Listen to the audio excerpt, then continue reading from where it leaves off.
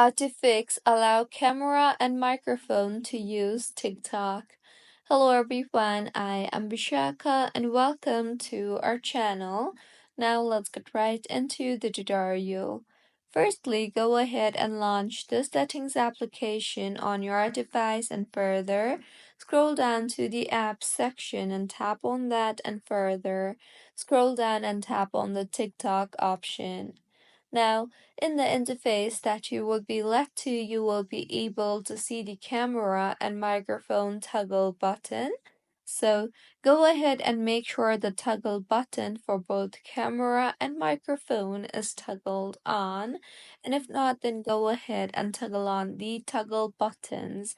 And with this, if you go ahead and open TikTok app on your device and then tap on the plus icon and record a video, then you will no longer be asked for camera and microphone access. So this is how you can allow camera and microphone to use TikTok. If you find this tutorial helpful, please like the video and do comment if you have any queries. Also, do subscribe to our channel for more helpful tutorials like this. See you on the next one.